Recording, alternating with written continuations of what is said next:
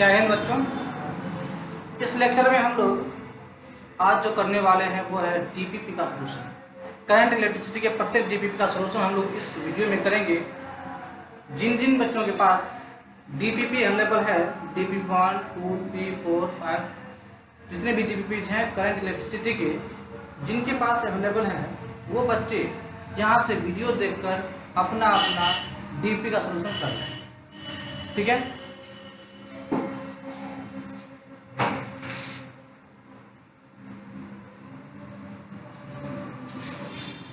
ठीक है बच्चों, हम लोग पहले शुरू करेंगे डीपीपी 1 का सॉल्यूशन।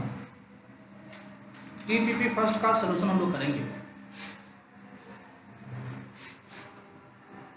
DPP 1 current electricity. वैसे मैं इसे YouTube पर भी डाल दूंगा पीडीएफ बना कर, लेकिन अभी ऑफलाइन में जो बच्चे पढ़ रहे हैं जिनके पास डीपीपी है वो यहाँ से डीपीपी का सोल्यूशन देख करके उसे सोल्यूशन कर सकते हैं। करंट इलेक्ट्रिसिटी, करंट इलेक्ट्रिसिटी का डीपीपी 1 सवाल नंबर 1। पहला सवाल देखिए, पहला क्वेश्चन कह रहा है कि how many electrons per second flow through the cross section of a conductor so that the conductor carry current of 1 ampere. Question कर रहा है कि कितना number of electron per second flow करेगा। नंबर ऑफ इलेक्ट्रॉन हम लोगों ने पढ़ा था पीछे, याद कीजिए, Q equal to n e. यहाँ पे n क्या है? Number of electrons. ठीक है, Q इक्वल टू एन ई होता है और Q equal to I t भी तो होता है, यानी कि I t equal to n e into.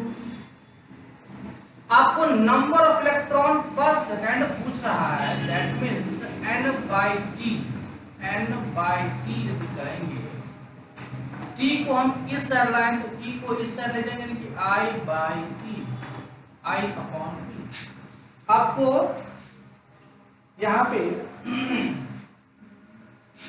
Current का मान दिया है 1 एम्पियर। करंट का वैल्यू दिया आपको 1 एम्पियर, यानी n बाई टी यही होगा number of electron per second. Number of electron per second यहाँ पे n बाई टी का है, ये number of electron per second का लगेगा, पर second. Number of electron per second यहाँ पे n बाई टी होगा और ये इक्वल टू i बाई ई होगा। यहाँ पे फॉर्मूला से यहाँ से फॉर्मूला लाएंगे तो n by t equal to i by e. i का वैल्यू दिया 1 एम्पियर, अपॉन कर देंगे इलेक्ट्रॉन का मैग्नीट्यूड। मैग्नीट्यूड ऑफ इलेक्ट्रॉन कितना होता है? 1.6 into 10 to the power minus 19 coulomb होता है। जब इसको डिवाइड करेंगे हम लोग तो कितना आएगा? 1 में इतना डिवाइड कर दीजिए तो 1 by 1.6 into 10 to the power 19 कितना होगा?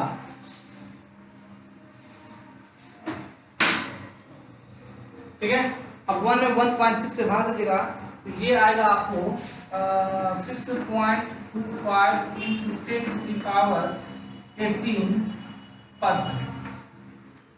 नंबर ऑफ इलेक्ट्रॉन बोल रहे हैं पर सेकंड में निकलेगा, ये कितना इलेक्ट्रॉन पर सेकंड निकलेगा। ठीक है, ये पहला सवाल है। इसको रैंडम कीजिए आप लोग।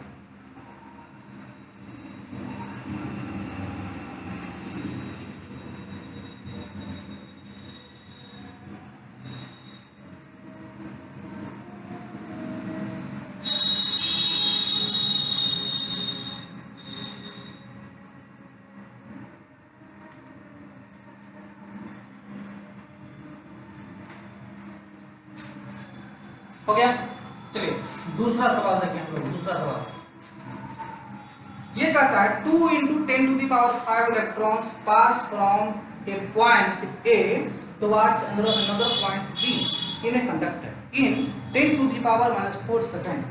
Find the magnitude and the direction of current. Question ये पूछ रहा है, क्वेश्चन कह रहा है कि ए से बी किसी कंडक्टर में, मान लीजिए सपोज कीजिए ये कोई कंडक्टर है, मैंने सपोज किया ये कोई कंडक्टर है, इसमें इलेक्ट्रॉन मूव कर रहा है ए से बी की ओर। सपोज करते हैं ये पॉइंट ए है, ये पॉइंट बी है, ए से बी की ओर इलेक्ट्रॉन मूव कर रहा है, ठीक है, ए से बी की ओर इलेक्ट्रॉन मूव कर रहा है।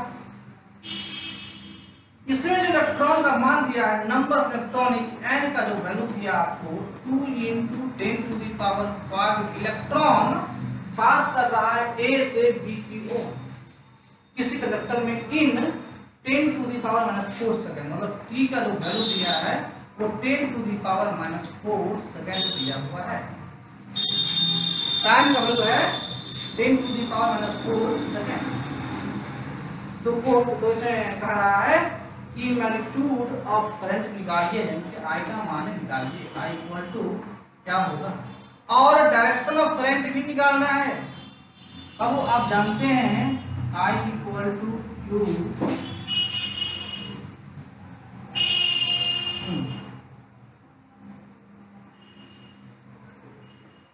Upon T, I = Q/T। Q = क्या होता है यहाँ पे N × E/T, NE/T। आपको N का मान दिया हुआ है, N का मान दिया है 2 × 10⁵ E का मैग्नीट्यूड, E मतलब इलेक्ट्रॉन का मैग्नीट्यूड कितना होता है 1.6 × 10⁻⁻19 कूलम्ब होता है, और अपॉन टाइम कितना दिया है 10⁻⁻⁴, यानी यहाँ पर 10⁻⁻⁴ नीचे कर दीजिए, बिठा दीजिए, इसको मल्टीप्लाई कर दीजिए, डिवाइड कर दीजिए, जो आंसर होगा 90 हो, यानी कि I = हम कह सकते हैं, यहाँ से इसे हटाइए तो नीचे में यहाँ पे 10 आ जाएगा, यानी 2 × 1.6 × 10⁻, देखिए 10⁵ ये है, 10⁻⁻19 यहाँ है, इसको गुना कीजिएगा तो ये हो जाएगा 10⁻⁻14, और नीचे में -4 10⁻⁻4 है, ये ऊपर जाएगा तो 10⁻4 हो जाएगा, यानी 10⁻⁻14 ×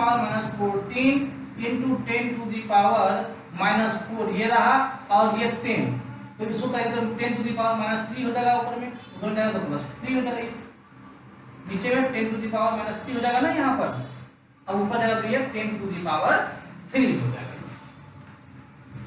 ठीक है। इसको हमने गुना कर दिया, ऊपर कर दिया, इतना वैल्यू आ गई है, ठीक है। यदि क्लियर नहीं होगा तो कैसे कीजिए, इसको ऐसे कर लीजिए, 2 × 16 × 10⁻⁻14, यहाँ तक तो क्लियर है, इसका अपॉन कर दीजिएगा 10⁻³ हो जाएगा, ये वाला 16×32 × 10⁻, कितना हो जाएगा, ये 3 है, ये ऊपर जाएगा तो 10⁻11 कितना एम्पीयर, ठीक है। यानी इसको हम और आगे कर सकते हैं,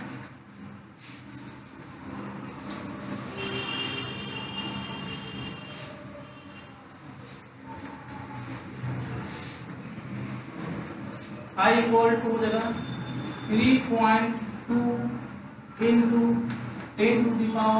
10⁻⁻10 एम्पीयर, ये आपका आंसर है। ये DPP 1 का पहला सवाल, दूसरा सवाल सेकंड सवाल, DPP फर्स्ट का दूसरा सवाल,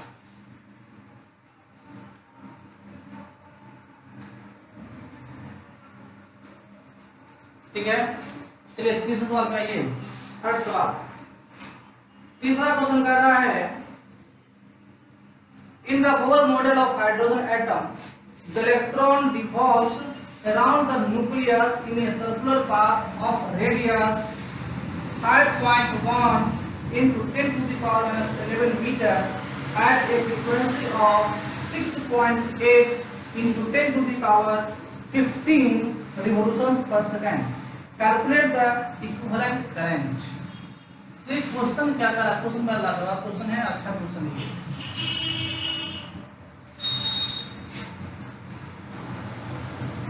क्वेश्चन कर रहा है कि बोर मॉडल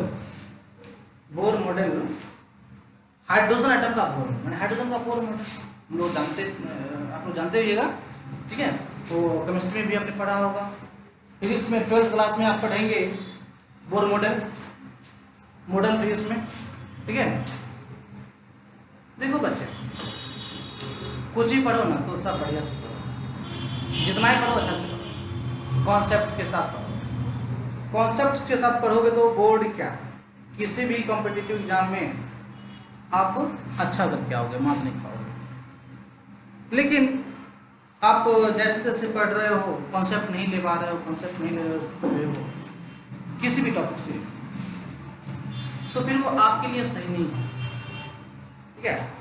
जहाँ तक जेईई मेंस या नीट की बात है, तो नीट में या जेईई मेंस में या किसी भी कॉम्पिटिटिव एग्जाम्स में सिर्फ और सिर्फ कॉन्सेप्ट दिखाया जाता है कि बच्चे के पास कॉन्सेप्ट है या नहीं, इसलिए वहाँ सिर्फ कॉन्सेप्चुअल सवाल ही होते हैं। इतिहास का सवाल वहाँ पे नहीं रहता है। वहाँ पर आपसे ये नहीं पूछा जाएगा कि वो बाबर के पिता कौन थे, अकबर के पिता कौन थे, हुमायूं का बेटा कौन था, नहीं उसका नाना कौन था, उसका नाती कौन था, ये नहीं पूछा जाएगा। आपसे कॉन्सेप्ट पूछा जाता है। आप कॉन्सेप्ट को पकड़िए, आपसे कैसा भी सवाल होगा वो पढ़िए, ठीक है। तो चलिए तीसरे सवाल पे, DPP 1 का तीसरा सवाल कहता है कि बोर मॉडल है हाइड्रोजन एटम का, इसमें इलेक्ट्रॉन न्यूक्लियस के चारों ओर रिवॉल्व कर रहा है सर्कुलर पाथ में, जिसका रेडियस दिया हुआ है। मान लिया जाए कि ये यहाँ पर न्यूक्लियस है, न्यूक्लियस में क्या होता है, न्यूक्लियस, इसके चारों ओर इलेक्ट्रॉन रिवॉल्व कर रहा है इस सर्कुलर पाथ। इसका जो रेडियस है, आपको इसका रेडियस दिया हुआ है, इस पाथ का रेडियस दिया हुआ है, आर का मान दिया हुआ है, radius 5.1 into 10 to the power -11 metre, ठीक है। इसका जो फ्रीक्वेंसी है न्यू, फ्रीक्वेंसी न्यू वो दिया है 6.8 into 10 to the power 15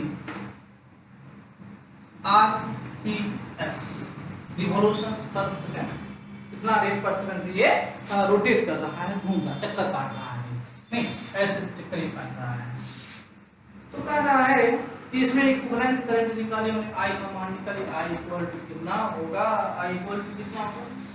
कौन घूम रहा है भाई, इलेक्ट्रॉन घूम रहा है, इलेक्ट्रॉन घूम रहा है ऐसे चारों ओर, ऐसे किस रेट से घूम रहा है, इस रेट से। आपको करंट निकालना है तो करंट का यहाँ पे शॉर्ट ट्रिक समझ लीजिए, यदि करंट निकालना हो ऐसे सवाल में तो ये इलेक्ट्रॉन का मैग्नीट्यूड और इसको इसके फ्रीक्वेंसी से मल्टीप्लाई कर दीजिए तो आपको वो करंट मिलेगा, वो करंट निकलेगा आपका। इलेक्ट्रॉन कितना होता है, इलेक्ट्रॉन का magnitude 1.6 × 10 to the power -19 coulomb होता है, एंड फ्रीक्वेंसी आपको दी होगा 6.8 × 10 to the power 15, इतना दी होगा कि RPS दी हुआ है। इसको जब मल्टीपल कीजिएगा तो ये अप्रोक्स में आएगा 1.08 into 10 to the power 15 minus 3 ampere. ये आपका आंसर है DPP 1 का थर्ड सवाल।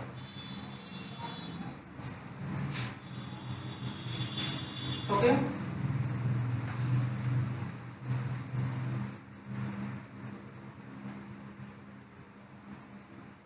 ठीक है।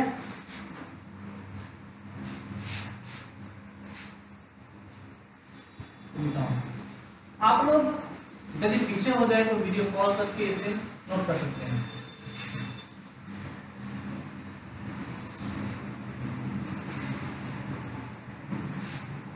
चलिए चौथा सवाल, DPP 1 का चौथा सवाल। In an atom an electron moves in an orbit of radius 5 × 10 to the power -11 meter with a speed of 2.2 10 to the power 6 meter per second. Find the equivalent current. अच्छा, फिर यहाँ पे बोला है करंट निकालने। क्वेश्चन कर रहा है कि किसी एटम में इलेक्ट्रॉन जो मूव कर रहा है एक रेडियस, एक ऑर्बिट में जिसका रेडियस दिया हुआ है 5 × 10⁻11 मीटर। यहाँ भी बाबू ऐसा ही सवाल है, लेकिन ये थोड़ा सा चेंज नहीं हुआ। ये न्यूक्लियस है, न्यूक्लियस के चारों ओर इलेक्ट्रॉन चक्कर काट रहा होता है, हम लोग जानते हैं।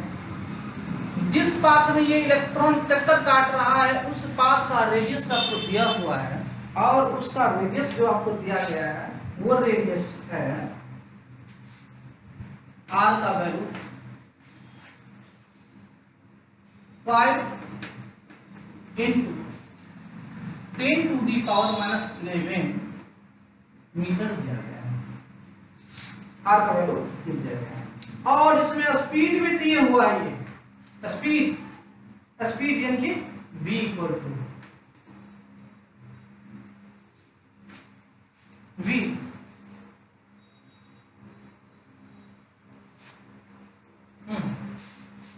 v इक्वल टू कितना दिया है, यदि आपको 2.2 × 10⁻6 मीटर पर सेकंड v का मान दिया हुआ है, स्पीड है v का मान दिया हुआ है। तो कह रहे करंट निकालने के लिए I का मान कितना होगा, I = ये कहना है क्वेश्चन। ये जो इलेक्ट्रॉन जो मूव कर रहा है जिस ऑर्बिट में, उस ऑर्बिट का रेडियस दिया है 5 × 10⁻11 मीटर। जिस वेलोसिटी से मूव कर रहा है उस वेलोसिटी का मान दिया हुआ है 2.2 × 10⁻6 मीटर पर सेकंड दिया हुआ है। तो बोल रहा है करंट निकालने के लिए कि करंट कितना होगा। हम लोग क्या करेंगे, यहाँ पर हम जानते हैं कि जब कोई इलेक्ट्रॉन मूव कर रहा है किसी सर्कुलर पाथ में, किसी ऑर्बिट में मूव कर रहा है, तो वहां पे करंट निकालने के लिए E × फ्रीक्वेंसी से मल्टीप्लाई कर देंगे। और फ्रीक्वेंसी इक्वल टू क्या होता है 1/t, यानी कि E × 1/t भी तो कर सकते हैं, t time period 1/t time period. यदि टाइम पीरियड निकल जाए तो क्या हमारा ये काम हो जाएगा। हम जानते हैं कि S इक्वल टू क्या होता है v × t। S यहाँ पे क्या है, डिस्टेंस है, v क्या है, वेलोसिटी है, स्पीड है, t क्या यहाँ पे टाइम है। तो यदि यहाँ पे टाइम की बात की जाए तो टाइम पीरियड t बराबर हम क्या कर सकते हैं, क्या S/v कर सकते हैं। और यदि S की बात करेंगे तो यहाँ सपोज करो कि यहाँ से इलेक्ट्रॉन चला है, तो फिर यहीं पर आने में जो डिस्टेंस ट्रेवल होगा, क्या वही S यहाँ पे है, वो S कितना होता है 2πr। अब बट्टा में क्या होगा v, यानी कि हमको टाइम पीरियड निकालने के लिए 2πr/v करना चाहिए। 2πr/v, क्योंकि ये एक सर्कुलर पाथ में मूव करता है, इसलिए ये जो टोटल पाथ की जो लंबाई होगी, जो डिस्टेंस होगा वो होगा 2πr। ठीक है, जो डिस्टेंस होगा वहां पे वो डिस्टेंस होगा 2πr। अब बट्टा में क्या करेंगे, स्पीड से डिवाइड कर देंगे तो टाइम निकल जाएगा हमको, यानी वो टाइम निकल जाएगा हमको। तो टाइम निकालना 2π का वैल्यू 5/7 या 3.14 कर देंगे हम, 3.14 कीजिए। और इनटू r का मान आपको पता है, r का मान दिया गया है, वो r कितना है आप देखिए, उस r का वैल्यू है आपको 5 × 10⁻11 मीटर अपॉन v का मान क्या है, 2.2 × 10⁻6 मीटर पर सेकंड दिया हुआ है, वो आपका t आ जाएगा। इसको कैलकुलेट कर दीजिएगा, आपको t का मान आ जाएगा आपको। ठीक है, यहां से इसको हटाइए तो ये हो जाएगा 100, यहां से इसको हटाइए तो ये हो जाएगा यहाँ पर 10, 1 0 कट गया, 5 2 10, ये 10 से 10 कट गया। यहाँ पे बचेगा क्या चीज, 314 अपॉन 22 into 10⁻−17 कितना सेकेंड। अब आप I का वैल्यू निकालिएगा तो I इक्वल टू होगा, I equal to E/t, E/t और ई का वैल्यू कितना होता है आप जानते हैं 1.6 into 10 to the power -19 upon 314 into 10 to the power -17। ये ऊपर का जाएगा 22 गया ऊपर, ठीक है। अब सब काटिए, जब सब काटिएगा तो i का जो वैल्यू आएगा वो वैल्यू आएगा आपको -19 ये आ जाएगा i इक्वल टू आएगा 1.12 into 10 to the power -3 ampere.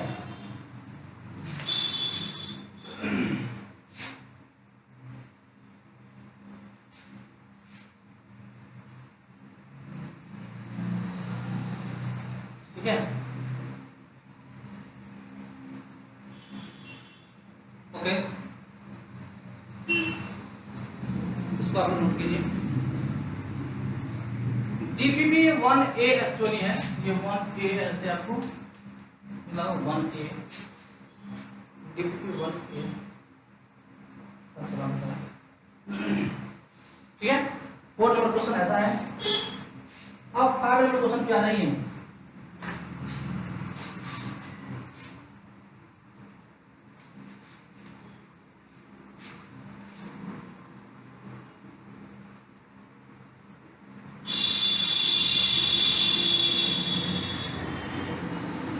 हो गया।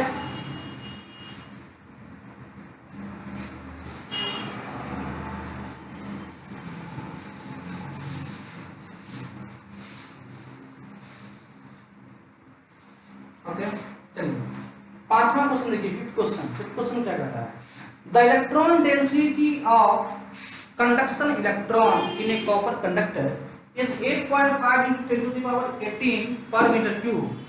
Calculate the drift velocity. ये में है कैलकुलेट द ड्रिफ्ट वेलोसिटी। देखिए इलेक्ट्रॉन डेंसिटी दी हुआ है, इलेक्ट्रॉन का डेंसिटी दी हुआ है, यानी ये क्या चीज का मान दिया, इलेक्ट्रॉन डेंसिटी किस चीज का मान है, electron density.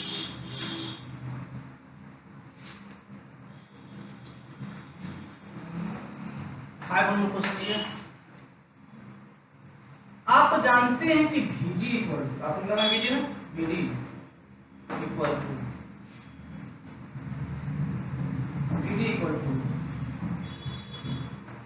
E into E by M into tau। आपने सुना ये पढ़ा हुआ, ठीक है, E by M into tau।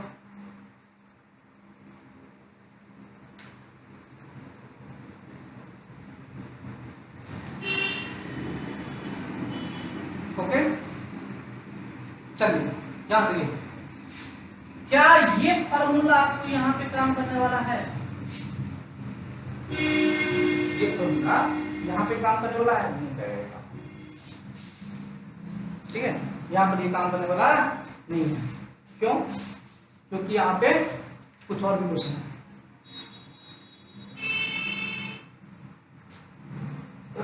ठीक है, बीजी पूरा निकालने के लिए, बीजी आपको पूरा निकालने के लिए एक फॉर्मूला हम ये जानते हैं, लेकिन यहां से काम चलने वाला नहीं, क्योंकि आप इलेक्ट्रिक फील्ड और ये टाउ आपको चाहिए। तो क्या ये फॉर्मूला यूज कर सकते हैं? नहीं कर सकते हैं। तुम जानते हो कि I equal to NAE into VD, I बराबर NAE इंटू VD। यहां पे ये भी दिया हुआ है, आगे पढ़िए, how does an electron take to drift from one end to of the wire 3 metre long to its other end. ये भी दिया हुआ है इसमें, the area of cross section of wire, माने ए का मान आपको दिया गया है, ए का मान आपको दिया गया है, ए का वैल्यू आपको दिया गया है, बीजी निकालना है, ए का मान दिया गया है, एन का मान दिया गया है, आपको एन का मान दिया गया है, एन इक्वल टू क्या दिया गया है, एन इक्वल टू दिया गया है 8.25 इलेक्ट्रॉन डेंसिटी है, ये इलेक्ट्रॉन डेंसिटी है, electron density 8.5 into 10 to the power 18 metre cube ये दिया हुआ है। और एरिया ऑफ क्रॉस सेक्शन भी आपको मिला हुआ है, वो दिए हुआ है 2 into 10 to the power -6 metre square. और यह भी दिया हुआ है करंट का जो मान है वो है 3 एम्पियर का, 3 एम्पियर का मान दिया है। वो जानते हो I equal to n A into V D. यहाँ पर n का मान पता है, a का मान पता है, e का मान पता है, i का मान पता है, तो Vd निकल जाएगा। आप Vd बराबर ये भी जानते हैं, Vd इक्वल टू होता है E into e by m into tau. ये फॉर्मूला तब यूज करेंगे जब आपको electric field and relaxation time tau का मान पता हो, तो ये फॉर्मूला यूज करेंगे, वरना ये फॉर्मूला यूज करने वाला नहीं है। ठीक है, यहाँ पे हम यूज करेंगे, वो यूज करेंगे I equal to n into Vd। यानी यहाँ Vd इक्वल टू क्या होगा, I upon n A e. I का मान दिया 3 अपॉन करेंगे n का वैल्यू दिया हुआ आपको 8.5 into 10 to the power 18 into a का वैल्यू आपको दिया गया है 2 into 10 to the power -6 metre square. a into e का मान आप जानते हैं 1.6 इंटू 10 टू दी पावर -19। ठीक है,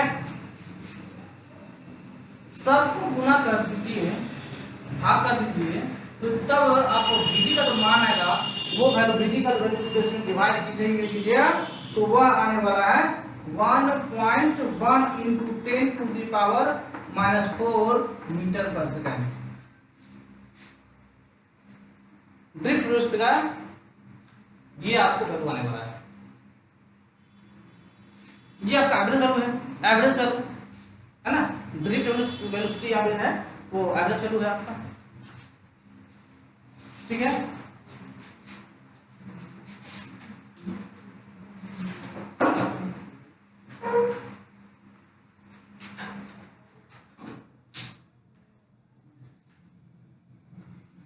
कीजिए।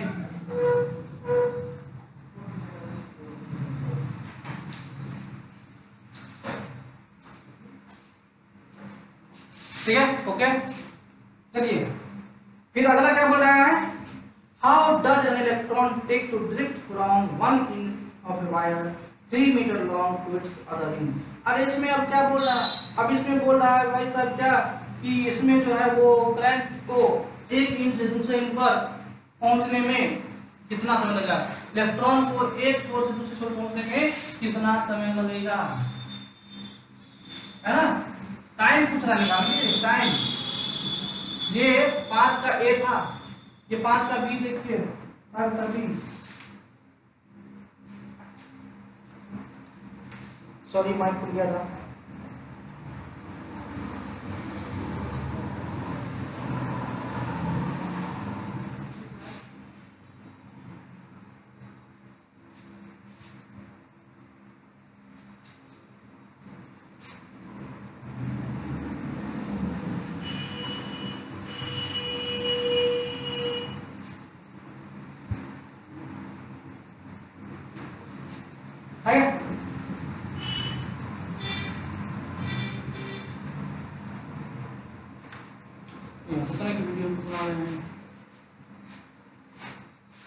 ठीक है, अरे इसमें क्या बोल रहा है, टाइम निकालने के लिए टी निकालने के लिए टी इक्वल टू क्या होगा आपको बताओ, टी इक्वल टू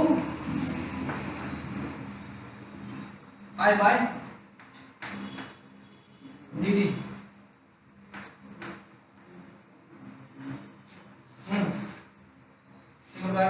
वीडी, यहाँ पे आई का मान आपको पता है 3 अपॉन वीडी का जो मान है वो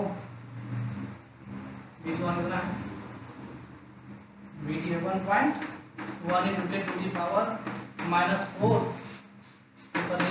3 upon 1.1 into 10 to the power 4।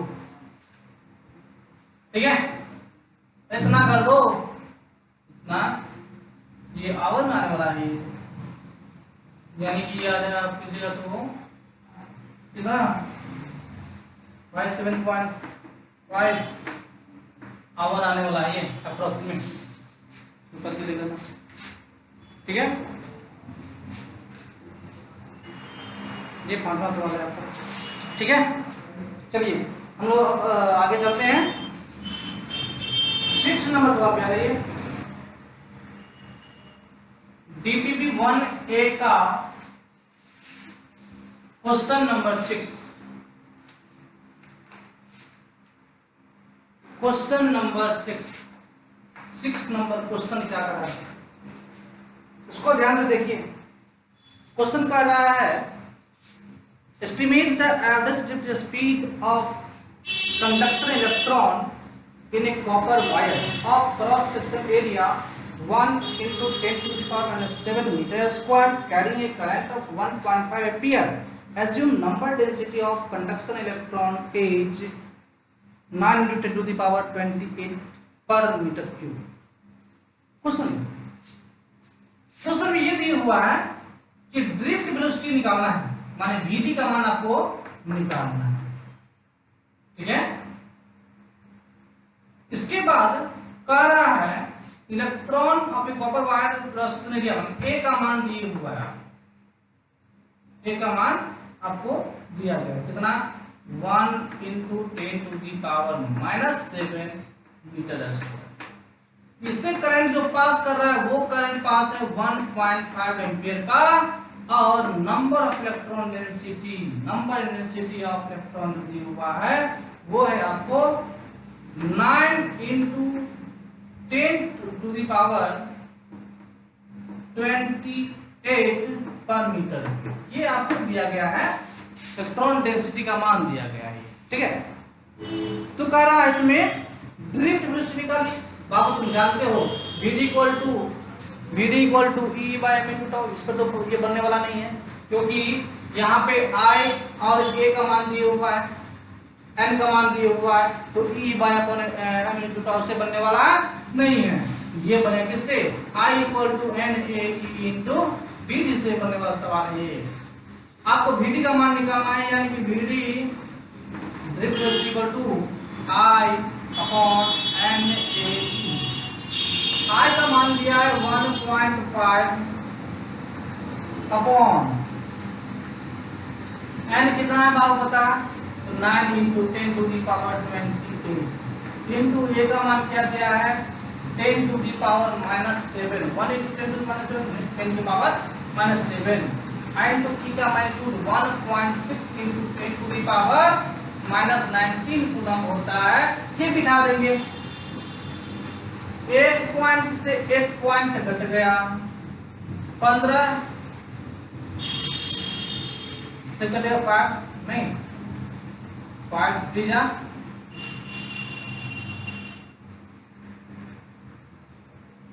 Okay 5 3 हो गया, 5 3 15 3 5 15 3 3 9, ठीक है, इतना हो गया। अब इसमें भाग दीजिएगा, ठीक है, तो ये होगा 5 बट्टा में 16 तिया 48, 5 बट्टा 48 और गुने 10 के पावर 28 और 10 के पावर -7 और -19, तो -7 और -19 की जगह तो 10 टू दी पावर माइनस कितने 26 -26 और ये 28, 10 टू दी पावर 2 आएगा, बचेगा यहाँ पर नहीं बचेगा, ठीक है।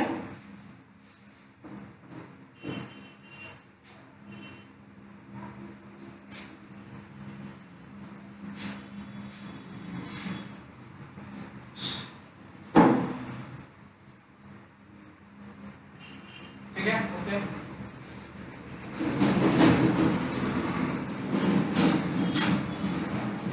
अब काटिए, तो जब काटिएगा भाग दीजिएगा तो ये अप्रोक्स आने वाला है 1.04 into 10 to the power -3 metre per second. इसको जब कैलकुलेट कीजिएगा तो कितना इसका वैल्यू आने वाला है, ओके।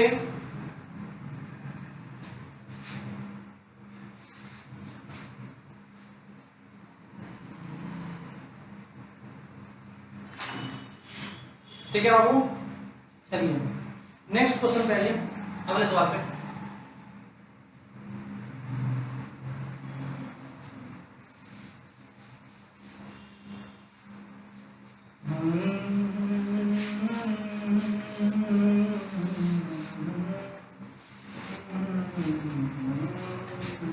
चलिए आइए अपने क्वेश्चन पर 7वें नंबर पे तो देखो, a wire of 10 ohm resistance is stretched thrice its original length. Assuming that there is no change in its density on stretching, calculate the new resistance. Question बड़ा मजेदार क्वेश्चन है, अच्छा क्वेश्चन है, और ऐसा क्वेश्चन पूछा गया क्वेश्चन भी है। क्वेश्चन ये कह रहा है कि एक वायर है 10 ओम रेजिस्टेंस का, जिसको खींच करके 3 गुना लंबा कर दिया गया। मतलब मान लीजिए कि ये 1 सेंटीमीटर खींच करके 3 गुना बढ़ा दिया इसका लंबाई, 3 टाइम्स कर दिया। मैंने एक का 3 टाइम्स कितना हुआ 3, ठीक है, 3 टाइम्स कर दिया गया। तो यह भी कह रहा है कि जब उसको खींचा गया तो उसके डेंसिटी में कोई प्रभाव नहीं पड़ा। अब जो उसका न्यू रेजिस्टेंस होगा वो कितना होगा उसको कैलकुलेट करना है, वो बताना है। अच्छा सवाल, इसलिए एक शॉर्ट ट्रिक मैंने बताया था कि अगर यदि लंबाई को बढ़ाओ, लो ये ट्रिक है, ट्रिक ट्रिक ट्रिक है, यदि लंबाई को बढ़ाओगे, यदि लंबाई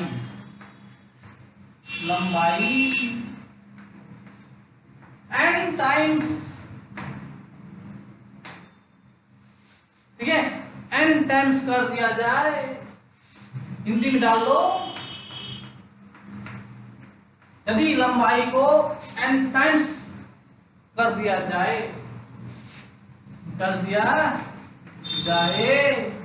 तो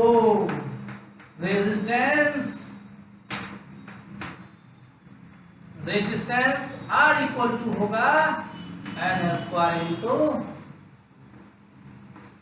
पहले वाला resistance, R dash equal to n square into R। इस क्वेश्चन में कहा कि 3 गुना बढ़ा दिया, मतलब 3 n का मान 3 टाइम्स हो गया, 3 हो गया, n का मान हो गया 3, और R का मान दिया है कितना रे बाबू 10 ओम का दिया है। तो बोलो R डैश बराबर क्या हो जाएगा, तो 3 का स्क्वायर करेंगे इंटू R कर देंगे 10, कितना हो जाएगा रे बोवारी 10 नामा 90 ओम में हो जाएगा 3। हम तो जानते हैं ना कि जब आप लंबाई बढ़ाएंगे तो रेजिस्टेंस बढ़ेगा, लंबाई बढ़ा रेजिस्टेंस बढ़ गया ना। चलिए इतना समझ में आया कि यदि लंबाई n टाइम्स कर दिया जाए तो resistance R dash equal to n square into R कर देना अपने को, n टाइम्स, n की जगह पर 2 टाइम्स हो सकता है, 3 टाइम्स हो सकता है, हाफ हो सकता है, नहीं 1/3 हो सकता है, कुछ भी हो सकता है। तो जो भी होगा उसको क्या कर लेंगे हम लोग, उस हिसाब से उसका n का मान पुट कर देंगे, उसका स्क्वायर कर देंगे। लेकिन यदि क्रॉस सेक्शन एरिया की बात की जाए, ठीक है, क्रॉस सेक्शन एरिया की बात की जाए, मैंने डायमीटर की बात की जाए, रेडियस की बात की जाए, तब उस केस में, ठीक है, उस केस में जो रेजिस्टेंस होगा वो ये नहीं होगा, कुछ अलग हो जाएगा, ठीक है। वैसे अगला सवाल इसी पर बेस्ड है, a wire is adjust to reduce its diameter to half its original value, what will be the new resistance, what will be the क्या कहा दिया इसमें,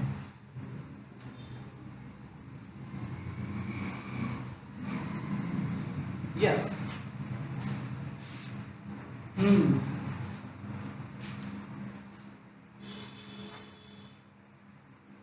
चलिए इसको उतार लिए हैं।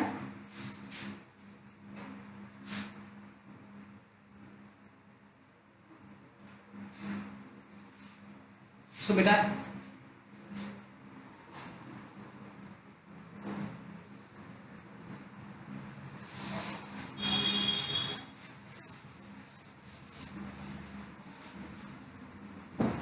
चलिए देखिएगा, अगर यदि डायमीटर को आधा कर दिया जाए या एरिया को आधा कर दिया जाए, एन टाइम्स को कम कर दिया जाए या फिर बढ़ा दिया जाए, ज्यादा कर दिया जाए, ठीक है, दोगुना चौगुना कर दिया जाए, तब उस केस में 8 वाले लिए 1 नंबर वाले 1 नंबर यदि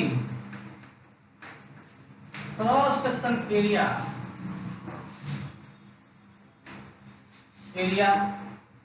को या रेडियस या डायमीटर को n टाइम्स चेंज कर दिया जाए, घटा दिया जाए या फिर बढ़ा दिया जाए, नहीं n टाइम्स चेंज कर दिया जाए, कर दिया जाए तो new resistance R dash equal to R by n के पावर 4 कर देना। अगला क्वेश्चन वैसा ही है, a wire is stretched to reduce its diameter half its original value, half कर दिया, 1/2 कर दिया, n का मान कितना हो गया 1/2, n इक्वल टू हो गया यहाँ पे 1/2, हाफ कर देंगे 1/2 कर दिया, ठीक है 1/2 कर दिया गया, हाफ कर देंगे तो डायमीटर को या एरिया को या किसी भी, n का मान 1/2 हो गया। अब कह रहा है कि न्यू रेजिस्टेंस क्या होगा यदि पुराना रेजिस्टेंस आपका दिया था R, ठीक है, कितना होगा यदि पुराना रेजिस्टेंस था R तो न्यू रेजिस्टेंस क्या होगा, तो R dash equal to capital R upon 1/2 के पावर कितने 4,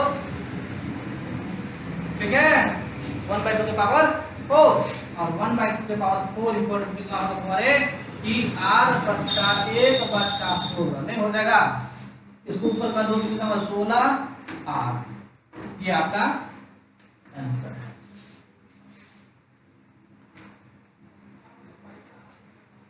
ठीक है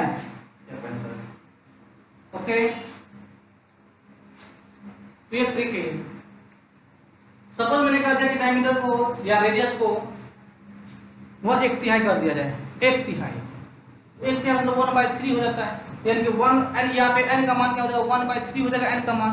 तो जब यहाँ पे आप r डैश का मान निकालना चाहते हैं तो r dash equal to r बटा में 1/3 के पावर 4, तो 3 के 9 27 दिया 81, नहीं यानी कि 81 r हो जाएगा वो। तो जैसे जैसे हम एरिया को घटाएंगे रेजिस्टेंस का मान क्या होगा बढ़ता है। हम जानते हैं ना कि भाई r इक्वल टू क्या होता है, r equal to rho l by a, लंबाई बढ़ाओगे तो रेजिस्टेंस बढ़ेगा, एरिया को बढ़ाओगे तो रेजिस्टेंस घटेगा, एरिया घटाओगे तो रेजिस्टेंस बढ़ेगा, लंबाई घटाओगे तो रेजिस्टेंस का मान घटेगा, एरिया घटाओगे तो रेजिस्टेंस बढ़ेगा, l का मान घटाओगे तो इसका मान घटेगा। ये इसका ये है फार्मूला है, फार्मूला तुम लाते हैं इसको, ठीक है ओके। तो ये था आपका DPP1 का क्वेश्चन नंबर 8, DPP1 का क्वेश्चन नंबर 8, ठीक है।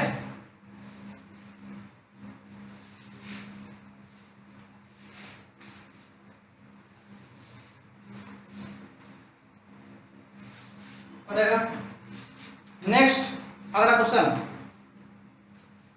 अगला क्वेश्चन ये है, a wire has a resistance of 16 ohm, it is melted and drawn into a wire of half its length, calculate the resistance of new wire, what is the percentage change in the resistance। चलिए ध्यान दीजिए, wire है जिसका resistance 16 ओम दिया गया है, 9 number, ठीक है 9 नंबर। R का मान क्या दिया है 16 ओम, R का मान दिया गया। सुनो, इसको मेल्ट कर दिया गया और वायर के फॉर्म में इसको बना दिया गया, wire of half its length, और उसको क्या करते हैं, इसका जो लंबाई था, इसकी लंबाई का आधा इसकी लंबाई को कर दिया गया।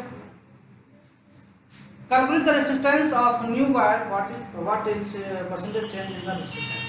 लंबाई को आधा कर दिया गया ना, लंबाई को, जब लंबाई को आधा करेंगे तो इसका जो एरिया पर सेक्शन है वो बढ़ जाएगा, वो जब पूर्ण हो जाएगा, ठीक है, माने ए का जो मान होगा, ठीक है, ए का जो मान होगा वो 2 ही हो जाएगा। अब जो एरिया जो होगा माने a डैश का मान 2 हो जाएगा और l डैश का मान l/2 हो जाएगा, ठीक है ना, l/2, l डैश का मान l/2, तो r डैश इक्वल टू क्या होगा, रो इनटू l/a, ठीक है, r equal to row l/a होता है नहीं, फिर r डैश इक्वल टू क्या होगा, रो तो रो, l का मान l/2 एंड a का मान 2a होगा, equal to row into l/4a, यानी कि r/4 इसको हम करते हैं, क्योंकि ये जो वैल्यू ये r है, r/4 हो जाएगा क्या, r डैश का मान r/4, ठीक है, r/4, तो r डैश का मान आएगा कितना, r/4, क्लियर, r/4, तो चेंज इन रेजिस्टेंस कितना हो गया, चेंज इन रेजिस्टेंस कितना होगा, कितना का चेंज हो गया, तो r माइनस r/4 यानी 3r/4, 3r/4, कितना ये चेंज हो गया, ठीक है, कितना परसेंटेज चेंज हो गया, तो परसेंटेज चेंज यदि कहेंगे तो परसेंटेज चेंज इक्वल टू देगा 3/4r इंटू 100%, 25 चौका 100, 25 दिया 50 की 25 25 75% क्या हुई है,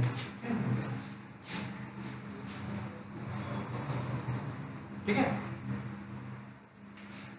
तो यहाँ पे r का मान दिया हुआ है, r का मान दिया 3/4 कितना लगेगी, 12 हो जाएगी, 12 होगा ना, 12 हो गई, तो 16 में 12 करेंगे वो, तो यहाँ पे r दिखा दिया हमने, r का वैल्यू कितने किया, तो हमें निकाल लेना है,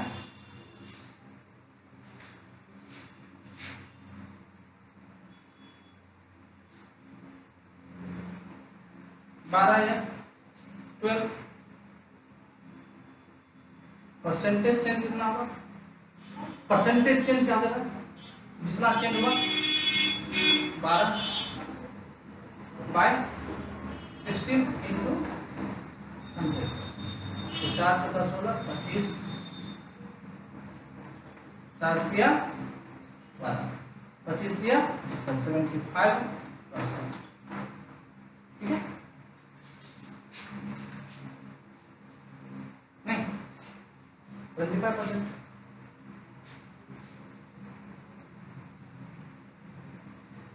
ओके,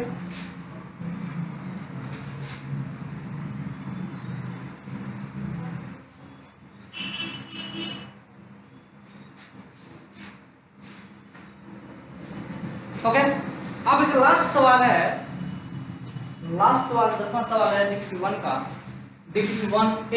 DPP1A का लास्ट सवाल है, और वो ये 10 नंबर का सवाल है,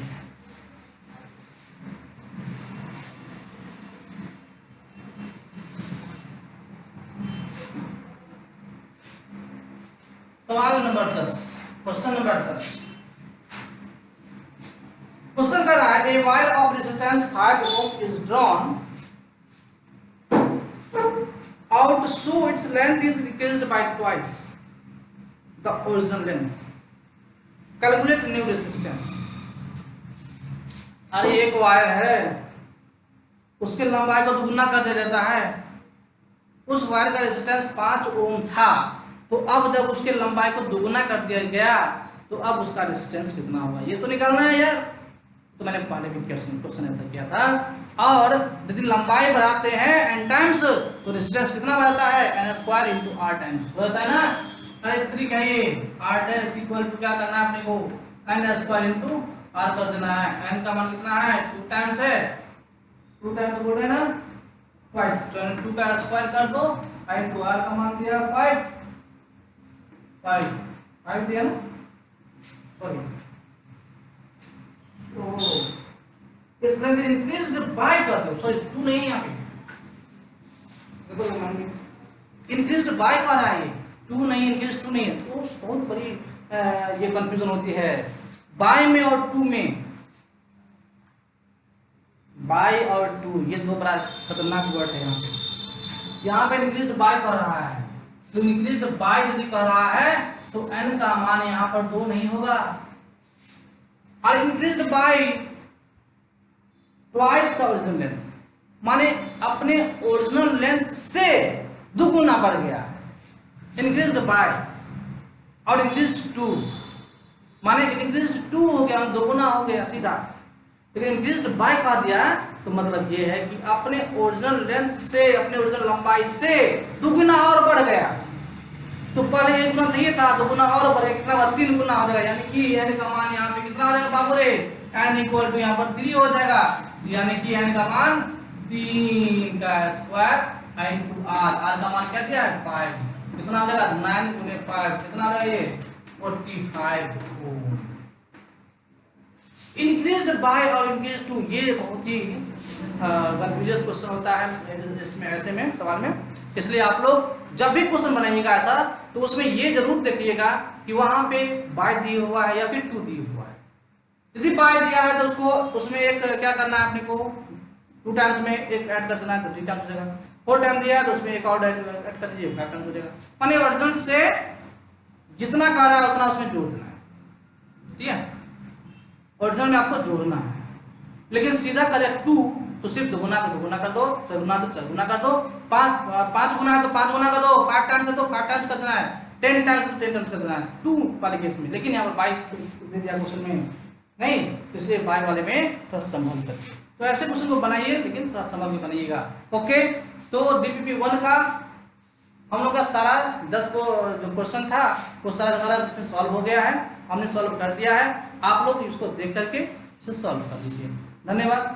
अब हम चलते हैं नेक्स्ट DPP, अगले वीडियो में जो DPP 2A है उसको हम लोग करेंगे, ठीक है। DPP 2A को हम लोग कर रहे हैं अभी, DPP 1A को किए हैं, DPP 1A, DPP 2A करेंगे इसके नेक्स्ट वीडियो में, ठीक है। Thank you for watching my video. Okay, यदि आपको अच्छा लग रहा हो तो आप इसे सब्सक्राइब जरूर कर दीजिएगा। थैंक यू, धन्यवाद।